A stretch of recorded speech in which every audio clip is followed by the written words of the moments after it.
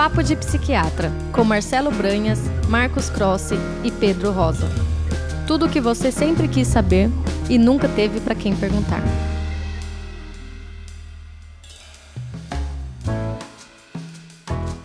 Olá, este é o podcast Papo de Psiquiatra e hoje nós vamos continuar com um papo sobre medicação.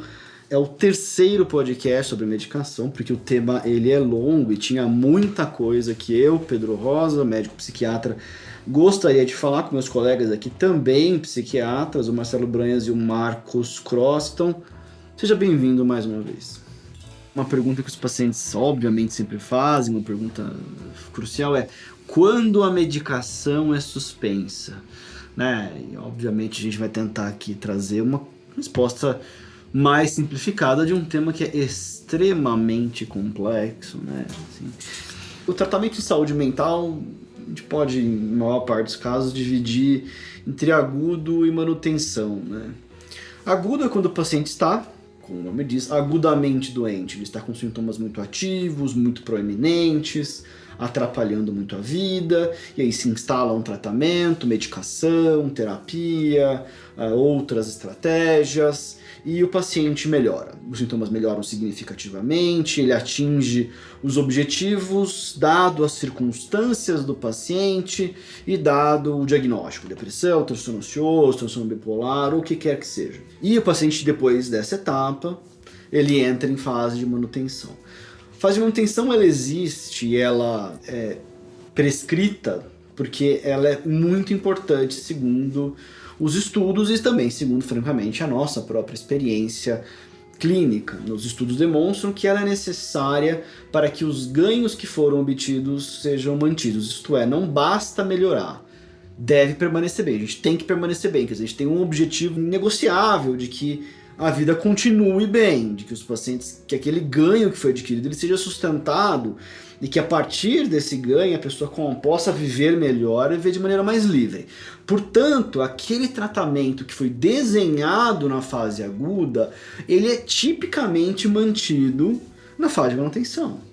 Então, por exemplo, se o paciente foi lá, recebeu 5mg de estalopram, melhorou, foi para 10, dose-alvo, percebemos que sobraram alguns sintomas residuais, foi para 15mg, ele ficou ótimo, se deu bem com o terapeuta que foi indicado, tá tudo muito bem, obrigado, vamos para a fase de manutenção.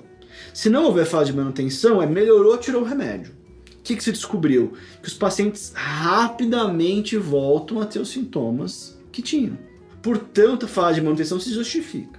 E aí ela deve ser feita com os mesmos remédios e as mesmas doses que trouxeram um benefício consistente, amplo, na fase de manutenção.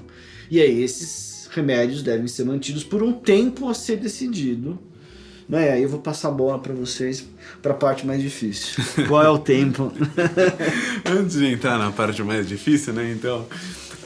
porque assim, como o nosso podcast, o intuito é ser útil, né, para a maior parte das pessoas, vamos usar um exemplo, por exemplo, da depressão, né, que é um transtorno mental comum. Então, na depressão, que nem o Pedro comentou, chegamos na dose que a pessoa ficou bem, né, e é essa dose que vai ser usada na fase de manutenção. Escolher quanto tempo a pessoa vai ficar com essa medicação, ou às vezes até em raros casos que isso será para sempre, a pessoa vai ter que ficar para sempre com a medicação. Existem esses casos mais raros, mas existem. Uma das coisas que a gente tem que considerar são alguns elementos. Quantos episódios depressivos a pessoa teve na vida? Quantas vezes a pessoa teve realmente um quadro de depressão mais importante? Esses episódios, qual foi a gravidade? Foi leve, foi moderado ou foi grave? Quando que se instalou esse episódio na primeira vez na vida dessa pessoa? Ela era mais jovem ou já começou quando ela já era mais idosa? Foi algo extremamente grave que a pessoa, por exemplo, teve uma tentativa de suicídio mais grave, aconteceu? Então, todo esse histórico vai ser levado em consideração para a gente decidir desde quanto tempo a pessoa vai ficar com essa medicação, até em casos que, não vamos tirar essa medicação, não vale a pena o risco, né? Ainda mais se a pessoa achou uma medicação, se deu bem com uma medicação que é muito poucos efeitos colaterais. Então, todo esse histórico da pessoa... E outra coisa, uma decisão compartilhada, né? E com o paciente, explicando os riscos. E uma das coisas que foram vistas na maior parte dos estudos é que você manter uma medicação por esse tempo de manutenção, que o Pedro explicou, né? E não tirar assim abruptamente. Manter na dose adequada e retirar gradualmente, não abruptamente, são as coisas que diminuem a chance de recorrência do problema. É um assunto complexo, né, como Pedro e Marcelo falaram, e assim, até antes de a gente entrar no diagnóstico, porque realmente o tempo, muitas vezes, de manutenção vai depender de várias características do paciente. Uma delas é o diagnóstico, né? Então, por exemplo, o tempo de manutenção num primeiro episódio depressivo vai ser diferente se a pessoa está no segundo episódio depressivo, se a pessoa tem eventualmente um transtorno depressivo recorrente, ou vai ser diferente se é um transtorno bipolar, se eventualmente é um primeiro episódio psicótico, se a pessoa tem um quadro, vamos dizer, de múltiplos episódios psicóticos, ou seja, vai depender muitas vezes do diagnóstico e também do paciente, de várias outras variáveis, a gente vai entrar aqui. Mas pensando um pouco nisso, realmente raras vezes, né, o uso do remédio psiquiátrico ele é no curtíssimo prazo, vamos dizer assim. As alterações, geralmente, que as pessoas apresentam quando tem um transtorno psiquiátrico podem ser alterações biológicas, às vezes até psicológicas, características cognitivas, emocionais, ou até características sociais. Todas essas características influenciando no quadro são características de longo prazo, raramente são coisas temporárias, muitas vezes. Claro que podem ser, mas geralmente não é a regra, né? Então, realmente a descontinuação por exemplo, de antidepressivos realmente está associado a uma maior taxa aí de recaída ou eventualmente recorrência do quadro depressivo, né? O que eu vejo na minha prática clínica, acho que é comum para todo mundo, que as pessoas elas podem ficar bem sintomáticas até eventualmente em semanas ou até meses, né? Geralmente mais meses, né? Semanas ainda o paciente está se acostumando ao remédio e elas estão bem. E, evidentemente, pode ter um efeito colateral ou outro, na maior parte das vezes não vai ter, falando mais no caso específico agora de ansiedade e depressão. Mas como elas estão bem, realmente, muitas vezes é tentador parar de tomar medicação. Então, a pessoa, muitas vezes esquece um dia, pode ser que ela não sinta muita coisa, né? Alguns remédios vai sentir, que é a descontinuação, que a gente pode falar, mas muitas vezes não sente muitas coisas, viaja, esquece a caixa em São Paulo, né? Não levou pra praia, vê que não acontece nada, e muitas vezes, eventualmente, desmarca a consulta porque está muito ocupado, e eventualmente para de tomar o remédio. E a pessoa, eventualmente, pode ficar até algumas semanas sem sentir nada, dependendo do quadro, né? Às vezes, quadro grave já sente logo em seguida, mas e para de tomar, né? E aí que vem o perigo, porque a nossa experiência é impressionante a taxa de recaída e de recorrência nesses pacientes, né? Ainda mais quando o paciente não abordou outras questões importantes para o diagnóstico, né? Para o tratamento. Então, realmente acho que uma das artes assim, da psiquiatria é essa motivação, e no sentido de explicar para os pacientes e convencê-los, né, a manter um remédio, mesmo eles estando bem.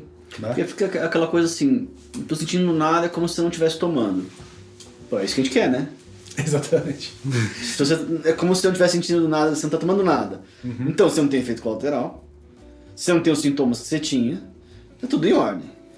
Agora, vai parar o remédio? Pô, depende da data, né? Porque a fase de manutenção vai durar de 6 meses a 2 anos, o que é uma resposta um pouco vaga, dado que a diferença de 3 vezes, né, de 6 meses para 2 anos.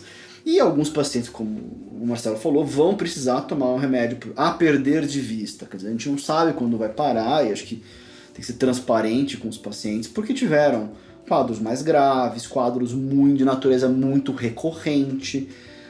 A manutenção também existe porque faz parte da natureza dos problemas de saúde mental, dos transtornos mentais, a recorrência, em sua enorme maioria.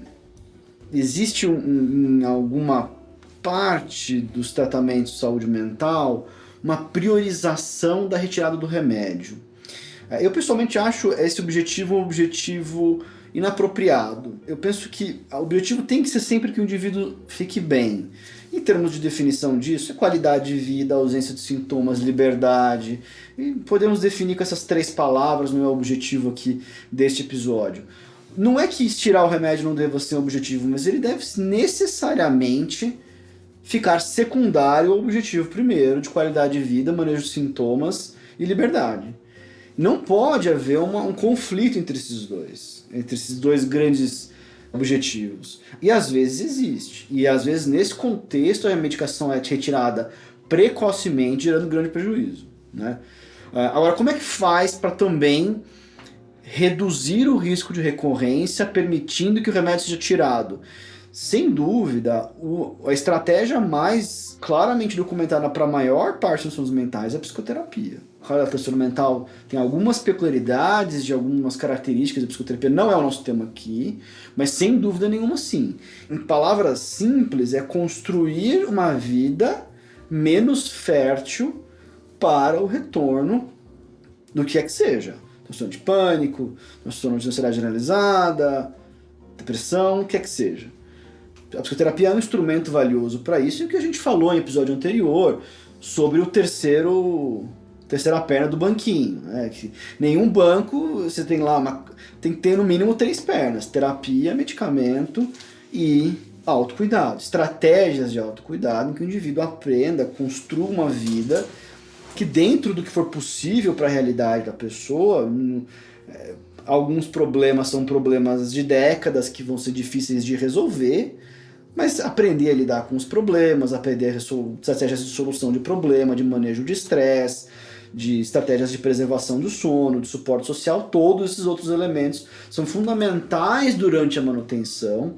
A manutenção é uma parte ativa do tratamento, não é só esperar o tempo passar, olhar para o cronômetro.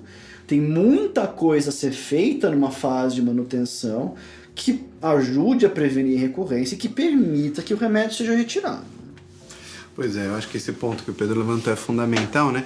Primeiro, né, fazendo só uma rápida recapitulação para as pessoas que gostam de números, né? E todo mundo... É bom gostar um pouco de números, né? Números são úteis. Se for dar uma resposta genérica, né? Genérica com uns 3, 4 asteriscos, assim, em cima do que eu vou dizer, mas para a maioria dos quadros ansiosos e depressivos, é realmente algo ao redor de 6 meses a 2 anos. E se for querer escolher um número só ao redor de 1 ano, é que a pessoa vai tomar a medicação. Mas, de novo, tem várias exceções dessa regra. A partir da fase de manutenção. Né? A partir da fase de manutenção, exatamente. Quando você já tiver aí... consistentemente bem, né? Exatamente. Agora, uma outra coisa também que o Pedro tocou é que realmente a psicoterapia e a mudança do estilo de vida, incluindo a atividade física, por exemplo, são coisas essenciais para você aumentar a sua chance de diminuir ou retirar a medicação. Agora, usando até um exemplo real, uma paciente que tem a família inteira, assim, parente de primeiro grau, com ansiedade e pânico. Pai, mãe, irmãos, né? E durante o tratamento, os 2 anos de tratamento medicamentoso, a pessoa realmente mudou muito os hábitos de vida. Passou a fazer atividade física regularmente, práticas de mindfulness, terapia, indo realmente na terapia, melhorando a qualidade de vida de alimentação no trabalho. E realmente falou, até brincando, que é uma pessoa que tem um humor muito bacana, né? Falando, poxa, mas assim, doutor, mas assim, eu já cheguei quase aqui no nirvana, vamos lá, né? Já fiz várias coisas aqui. E poxa, e isso depois desses 2 anos de tratamento, a paciente já é paciente há uns anos, mais do que isso, né? E, poxa, toda vez que a gente tenta tirar a medicação, voltam os sintomas, o que é frustrante, né? Porque a pessoa mesmo a pessoa tem esse desejo de tirar a medicação, mesmo que felizmente no caso dela não tem efeitos colaterais, né? E é uma medicação simples, né? Relativamente simples, mas então às vezes acontece, poxa vida, mas infelizmente há casos que a biologia fala mais alto, né? Mesmo fazendo todas essas mudanças, a pessoa acaba voltando sintomas. Mas agora, eu acho que não é de nada mal você ter mudado os seus hábitos de alimentação, de atividade física, de estresse, terapia, mas assim, mesmo no objetivo, que nem o Pedro falou, não pode ser tirar o remédio. Porque no objetivo melhorar a qualidade de vida, foi uma melhora brutal em todos os aspectos. Então, infelizmente... não deu para tirar o remédio, né? A biologia falou um pouco mais alto, né? A família inteira tem ansiedade. Bom, você teve todos esses outros ganhos. Então, há casos que não são a maioria, mas há que não dá para tirar a medicação, né? A gente vê isso na prática. Infelizmente acontece isso.